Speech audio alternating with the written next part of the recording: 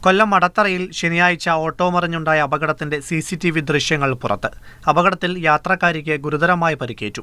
ബന്ധുക്കളുടെ വിവാഹം ക്ഷണിക്കാൻ മടത്തറയിലുള്ള വീട്ടിൽ പോയി തിരികെ വരുമ്പോഴാണ് അപകടമുണ്ടായത്.